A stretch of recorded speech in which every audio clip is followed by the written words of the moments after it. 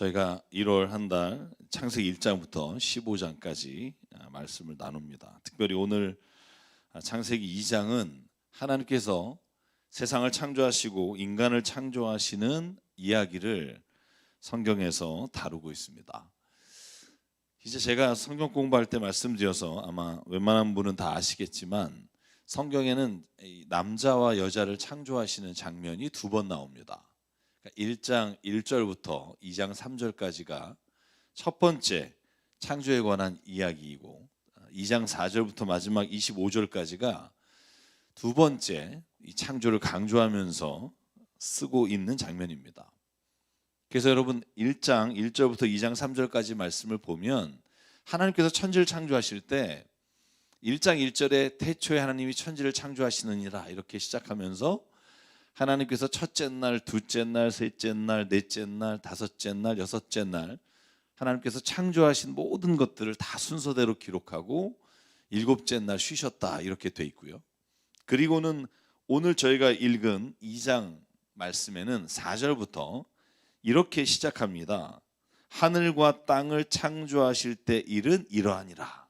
그러면서 다시 한번 창조에 관한 이야기를 말할 때는 특별히 하나님께서 사람을 어떻게 지으셨는지를 설명하는 장면이에요. 흙으로 사람을 지으셨다. 그래서 흙이란 단어와 여러분 사람이란 단어가 히브리어로 보면 똑같은 단어입니다. 그러니까 저희가 사람 그러면 아담이라고 돼 있고요. 그 다음에 흙 그러면 아다르라고 했어요. 그래서 이 두 단어가 거의 같은 단어예요. 그러니까 사람이란 흙으로 만든 존재다 하는 것이 이제 2장 4절부터 기록되는 하나님께서 천지를 창조하실 때 인간을 창조하신 장면에 관한 이야기로 시작됩니다. 그런데 재밌는 건 히브리어 성경을 보면 1장 27절에 하나님이 남자와 여자를 만드셨다라고 말하는 히브리어 남자 여자와 2장 4절 오늘 특별히 22절에 나오는 남자에게서 뽑아낸 갈빗대로 여자를 만드셨다 할 때 이 남자와 여자는 히브리어가 다릅니다. 그러니까 1장에 사용된 히브리어는 남자는 자카르라는 단어고 여자는 네케바라고 하는 히브리어를 쓰는데 이 단어는 생물학적인 종류를 구분할 때 쓰는 남자와 여자라는 단어예요. 한국말로 쓰니까 다 남자 여자라 저희가 헷갈립니다만 1장 27절에 하나님이 6일 동안 창조하실 때 남자와 여자를 만드셨다 할 때 그 남자와 여자는 생물학적으로 종을 분류할 때 쓰는 단어를 씁니다. 그런데 오늘 2장 저희가 읽은 본문에 나오는 남자와 여자라는 단어는 우리가 너무나 잘 아는 단어예요. 결혼식장에서 왜 이 단어를 가지고 특송하는 일도 꽤 많습니다. 이쉬라는 단어예요. 이쉬라고 하는 남자와 여자라는 단어는 단순히 생물학적으로 종류를 구분하는 단어가 아니라 여기에서 쓰는 이 단어는 인격적이고 존재론적인 의미에서의 남자와 여자라는 뜻이에요. 여러분 우리가 왜 남성, 여성 그리고 남자, 여자 쓸 때 좀 다르잖아요. 느낌이. 남성, 여성 그러면 뭔가 이렇게 분류해서 사용할 때 쓰는 단어고 남자, 여자 그러면 인격적인 관계 안에서의 남녀를 말할 때처럼 이 창세기에서도 두 개의 이야기를 하면서 이쉬라고 하는 단어가 훨씬 더 우리에게 익숙한 이유는 인격적인 관계로 하나님께서 창조하셨다라는 의미를 가지고 있습니다. 그런데 여기에 우리 18절부터 나오는 단어가 뭐냐 하면 그를 돕는 사람, 그에게 알맞은 짝을 만들어 주셨다 할 때 이 돕는 사람이란 단어가 남자와 여자의 관계를 설명할 때 가장 많이 쓰이는 단어예요. 영어 성경엔 헬퍼라고 되어 있습니다. 이게 히브리어로 에제르란 단어를 쓰고 있는데 이 단어의 뜻이 뭐냐면 세 가지를 가지고 있어요. 첫 번째는 남자와 여자의 관계는 서로 반대편에 서 있다는 의미예요. 여러분 저는 그래서 드디어 이해가 돼요. 부부는 반대하는 사람이에요. 그러니까 인격적으로 반대한다는 의미가 뭐냐면 서로가 가지고 있는 것들을 봐줄 수 있는 관계. 그러니까 내가 못 보는 걸 상대방이 봐주고 그걸로 인해서 서로가 거울을 보듯이 마주보는 관계. 그래서 두 가지 의미가 같이 있어요. 반대한다는 개념과 마주한다는 개념이 이 헬퍼, 에제르라는 단어에 같이 들어있습니다. 그런데 이 히브리어가 성경에 쓸 때 또 한 가지 의미로 쓰이는데 그게 뭐냐면 동등하다라는 말을 쓸 때 이 에제르라는 단어를 씁니다. 그러니까 쉽게 말하면 하나님께서 이 세상의 아름다운 것을 다 창조하시고 토브, 좋다라고 말씀하신 다음에 남녀를 창조하시고 그들을 서로 돕는 관계로 두셨다는 거예요.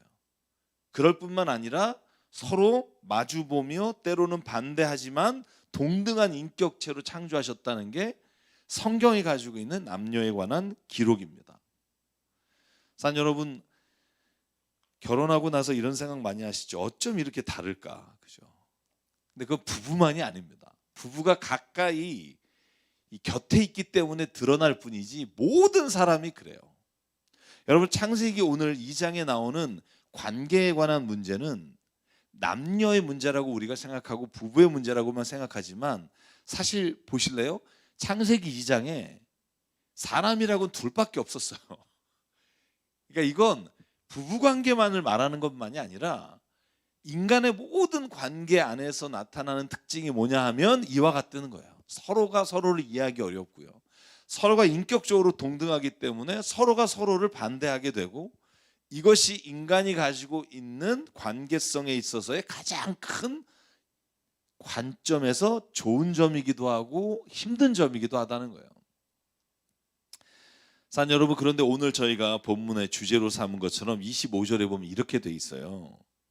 23절부터 볼까요? 그때 남자가 말해요. 이제나 나타났구나. 이 사람 뼈도 나의 뼈, 살도 나의 살, 남자에게서 나왔으니 여자라고 부를 것이다.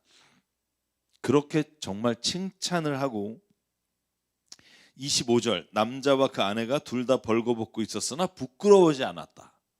이게 부부의 관계에 있어서의 특징이라고 우리가 말하지만 우리가 다시 이걸 바꿔놓으면 존재가 이 땅에서 살아갈 때 관계 안에서 처음엔 이랬다는 거예요. 모든 사람들이 벌거벗었으나 부끄러워하지 않는다.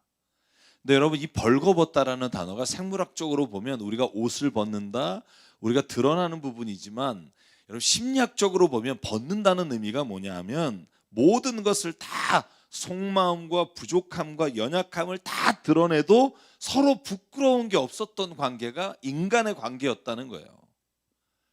여러분, 그럼 얼마나 좋을까요?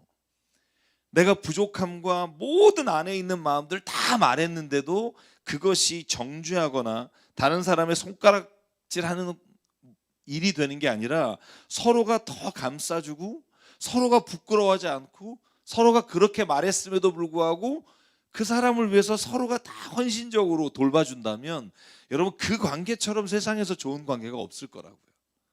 그런데 여러분 이게 창세기 3장에 가면 무너져요. 우리가 너무나 잘 알지만 인간이요 7절과 10절 3장 7절과 10절에 보면 벗은 몸인 것으로 인해 두려워했다라고 나와요. 25절에 보면 벗었으나 부끄럽지 않았는데 3장으로 넘어가면서 왜 7절과 10절에 벗은 것으로 인해 두렵기까지 했을까? 선악과를 따먹기 때문이었다라고 말해요. 다시 말하면 모든 남녀의 관계와 인간의 관계가 하나님 창조하실 때 너무나 선하고 좋아서 자기의 모든 것을 다 드러내고도 그것이 하나도 부끄러움이 없는 관계였는데 인간이 하나님의 뜻과 하나님의 말씀과 하나님의 선과 악의 기준을 떠나 자기가 옳고 그름의 기준이 되는 순간 인간이 서로 관계 안에서 서로의 속마음과 서로의 부끄러움과 부족함을 말할 때 오히려 그것으로 인해 서로가 두려워지는 관계가 되는 거, 이게 저는 인간이 하나님을 떠난 존재가 가지고 있는 불안함과 죄의 본질이라고 믿습니다. 산 여러분, 왜 인간이 본질적으로 외로울까요? 여러분 외롭지 않으세요? 제가 여기 오신 분, 가족에 계신 분 여쭤볼게요. 외롭지 않으세요? 부부가 있어도, 애가 있어도 왜 외로울까요? 제가 이렇게 여쭤보는 건 저도 그럴 거예요. 여쭤보겠죠. 본질적으로 어느 누구도 내 안에 이 벗은 나를 안아줄 수 있는 사람은 없기 때문이에요. 내가 좋을 때, 누군가에게 도움이 될 때, 누군가에게 힘이 될 때는 나를 긍정해주고 칭찬해주고 저 사람 대단하다고 말하지만 사실 내 민낯이나 내가 부끄러운 거나 내 연약함이 드러났을 때 나를 그대로 이해해 줄 수 있는 사람 아무도 없다는 걸 느끼게 될 때 그때 외로운 거예요. 그때 그래서 오히려 신앙적으로 볼 땐 하나님께 가까이 가는 기회가 되지만 인간이 본질적으로 외롭다라고 하는 걸 느낄 수밖에 없다는 거예요. 오늘 저희가 찬송을 불렀고 우리가 또 마지막 찬송으로도 부르겠지만 참 아름다워라 주님의 세상. 주님이 창조하신 세계는 솔로몬의 옷보다 더 아름다운 백합화. 주 찬송하는 듯 저 맑은 새소리. 주 하나님 지으신 모든 세계 내 마음속에 그리워보니 하늘의 별 울려 펴지는 뇌성. 주님의 걷는 우주에 찾나요. 이 처음에 창조할 때 주신 그 하나님의 아름다움, 또 인간의 관계에 있어서의 그 만족감, 서로가 서로를 바라보면서 서로 도와주고 서로 함께하는 그런 모습이 사라졌을 때 인간이 가장 두렵고 외로워지는 것이 인간 때문이라는 거예요.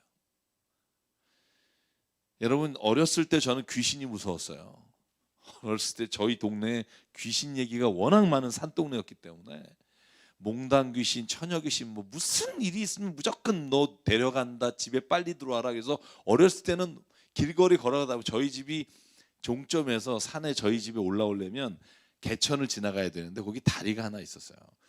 죄송해요. 옛날엔 그 다리에 왜 우리가 뭐 이렇게 뭐 짐승도 이렇게 먹고 막 그런 다리에다가 지나가면 논밭을 지나서 집으로 올라가는데 거기 올라가는 게 밤에 너무 무서웠어요. 그런데 나이가 들고 시간이 들면서 저는 귀신보다 사람이 무서워요. 여러분 어떠신지 모르겠어요. 저는 사람처럼 그렇게 교활한 존재, 사람처럼 변덕이 심한 존재, 사람이 두렵다가 또 시간이 지나면서 그게 나라는 게 또 두려워요. 나도 똑같은 존재라는 거. 좋을 땐 다른 사람에 대해서 긍정하고 박수를 보내지만 그러나 내 마음속에 그런 마음이 떠나게 됐을 때는 나도 똑같은 모습이라는 거예요. 여러분 아마데우스라는 영화를 보면 이 살리에르가 그 모차르트에 대한 시기심이 있잖아요. 물론 영화가 역사의 팩트와 다른 게 좀 많지만 제가 그래서 관련된 책을 시기심이라는 책을 읽고 있는데 그걸 읽으면서 얼마나 제가 두려운지 몰라요. 인간이 본질적으로 하나님이 도울 자라고 주셨는데 이 돕는 관계에서 그 상대방이 가지고 있는 장점이나 좋은 점이 질투가 생기고 시기심이 일어나면서부터 사람을 죽일 수 있을 만큼 인간이 그 안에 죄성이 드러나고 있다는 걸 볼 수 있다는 거예요. 그래서 제가 읽고 있는 책에 시기심을 두 가지로 구분하더라고요. 하나는 적대적인 시기심이 있다는 거예요. 누군가를 바라볼 때 그 사람과 경쟁해서 내가 그 사람을 이겨야 된다는 이 시기심이 그 사람 자체를 미워하게 되고 그 사람에 대해서 굉장히 도전하는 마음을 갖게 된다는 거죠. 그런데 이 적대적인 시기심이 어디서 왔는가? 바로 인간이 하나님이 주신 선과 악의 기준을 떠나 자기가 기준이 될 때 다른 누군가를 적대적 관계의 시기심으로 갖게 됐다는 거죠. 그런데 본래 이 시기심이라는 게 나쁜 게 아니라는 거예요. 발전적인 시기심이 있다는 거예요. 인간 안에. 하나님이 주신 이 시기심이 왜 이런 죄성으로 바뀌었느냐 하면 인간이 그 욕심으로 말미암아 적대적인 시기심으로 바뀌었으나 본래 하나님이 우리에게 주신 시기심은, 시기하는 마음은 발전적 시기심이라는, 그게 뭐냐 하면 상대방의 장점과 잘하는 것을 보면 나도 그와 경쟁해서 더 내 자신이 나아지는 존재가 되는 거. 그래서 오히려 관계 안에서 그 사람을 보면서 발전적인 시기심을 가지면 오히려 나도 발전하고 상대방도 발전할 수 있는데, 오늘 여기에 창세기 3장의 인간이 선악과를 따먹고 남자는 여자에게 핑계를 대고 여자는 뱀에게 핑계를 대면서 오히려 이제 인간의 관계가 두렵고 서로를 질시하고 원망하는 관계로 바뀌었다는 거예요. 사랑 여러분, 저는 오늘 이 아침에 우리가 이 아름다운 하나님의 창조에 좋다라고 말씀하신 것을 보지 못하고 우리가 인간 안에서 이런 연약함과 부정적인 것을 보게 되는 것이 우리의 죄로 말미암아 나온 결과라는 것을 우리가 인정하고 살아가기를 바랍니다. 인정할 때 답이 주어져요. 여러분께서 그 답이 뭘까요? 인간이 오늘 벗었는데도 부끄러우지 않았다가 벗은 몸인 것으로 인해 두려워졌을 때 하나님이 주신 답이 뭘까요? 여러분 창세기 3장에 보면 오늘 이 벗은 몸이 하나도 부끄럽지 않다가 두려워졌을 때 하나님이 아담을 향해서 이렇게 말해요. 네가 어디 있느냐 이거죠. 여러분 이 질문은요 오늘 우리에게도 물으시는 질문이라고 생각해요. 하나님 오늘 우리에게 묻습니다. 네가 오늘 그 인간의 민낯을 가지고 살아갈 때 두렵니? 혹은 인간의 관계가 무섭니? 외롭니? 불안하니? 그때 하나님이 물으세요. 네가 어디 있니? 나를 찾으라는 거죠. 네가 어디 있냐는 건 하나님이 아담을 찾아서 너를 벌하겠다라고 하는 게 아니에요. 하나님이 네가 어디 있니? 그런데 내가 두려워, 벗은 몸이 두려워 동산 뒤에 숨었습니다라고 할 때 하나님이 뭐라 그러시죠? 이렇게 말씀하세요. 네가 이제 누가 그걸 너에게 먹겠느냐고 물어보면서 서로가 책임을 막 떠넘길 때 하나님께서 주신 해결책은 가죽옷을 그들에게 입히셨다는 거예요. 저는 이게 굉장히 중요하다고 생각해요. 하나님이 친히 가죽옷을 만들어서 입혔다는 것은 어떤 의미를 가지고 있을까? 하나님께서 더 이상 그 죄를 너에게 묻지 않고 가리워 주시겠다는 은혜예요. 여러분 우리가 죄가 없어서 하나님 앞에서 막 자유한 게 아니에요. 오늘 하나님께서 본래 창조하셨을 때 주신 것처럼 죄를 가지고 있고 연약하고 부끄럽지만 하나님께서 그걸 오늘 그 앞에 나가는 자를 가리워 주시는 은혜가 있기에 오늘 주님 앞에 예배드리고 찬양하고 한 번도 주님 앞에 죄지지 않은 인간처럼 오늘 그분과 관계를 맺는 게 전적으로 하나님의 은혜인 줄 믿습니다. 그래서 하나님이 원하시는 게 뭐냐면 핑계되는 게 아니라 회개하는 자를 하나님이 원하신다는 거예요. 그리고 저는 오늘 이 말씀을 읽으면서 이런 생각이 떠올라요. 하나님 우리에게 이렇게 말씀하십니다. 괜찮아. 내 앞에서는 그러니까 마음껏 다 벗어. 너의 모든 힘든 거, 너의 부끄러운 거, 네가 누구에게도 말할 수 없는 거 내 앞에서 다 벗어. 결코 네가 내 앞에서 부끄러워하지 않고 네가 나로 인해 오히려 그 모든 힘든 것들, 그 모든 절망과 죄가 다 가리워지며 씻어지는 은혜를 내가 너에게 베풀어 주겠다. 저는 이 하나님의 음성이 저와 여러분에게 주시는 음성이 되길 주의 이름으로 축복합니다. 오늘 그러므로 남녀의 관계에서만이 아니라 오늘 모든 인간의 관계 안에서 주시는 하나님의 본래의 아름다운 모습을 회복하는, 그리고 우리가 이 세상을 그렇게 회복시키는 책임을 맡은 사람, 사명을 맡은 자로서 감당하며 살기를 주의 이름으로 축복합니다. 그러므로 가정에 계신 모든 분들, 여기에 계신 분들이 하나님 안에서 우리 가정이 서로가 서로의 벗은 모습을 벗고 부끄럽지 않도록 하나님께서 우리의 가정을 이끌어 가시는 사명자로 우리를 부르셨는 줄 믿습니다. 그러므로 가정에서만이 아니라 우리 교회 안에서도 서로가 부끄럽고 힘들고 부족하고 연약한 점을 봤을 때 하나님이 원하시는 게 뭘까? 그걸 가리워 주시는, 서로가 그걸 서로 가리워 주는 은혜의 자리로 나가게 되길 주의 이름으로 축복합니다. 그래서 오늘 말씀을 요약하면 그렇습니다. 저와 여러분이 하나님 안에서 그리스도인으로 부르심을 받았다면 하나님이 본래 창조하신 그 창조의 관계 안으로 들어가는 것이 교회입니다. 그리고 성도의 교제란 서로가 그 연약함을 위로해주고 그 연약함을 대신해주고 도와주는 자가 하나님 안에서의 성도의 관계인 줄 믿습니다. 특별히 가족은 더합니다. 가족은 그것을 위해 하나님께서 주신 가장 아름다운 공동체입니다. 그래서 저와 여러분이 오늘 이 말씀을 붙잡고 하나님 안에서 아름다운 가정과 또한 아름다운 이 세상 만들어가는 일에 쓰임받기를 주의 이름으로 축복합니다.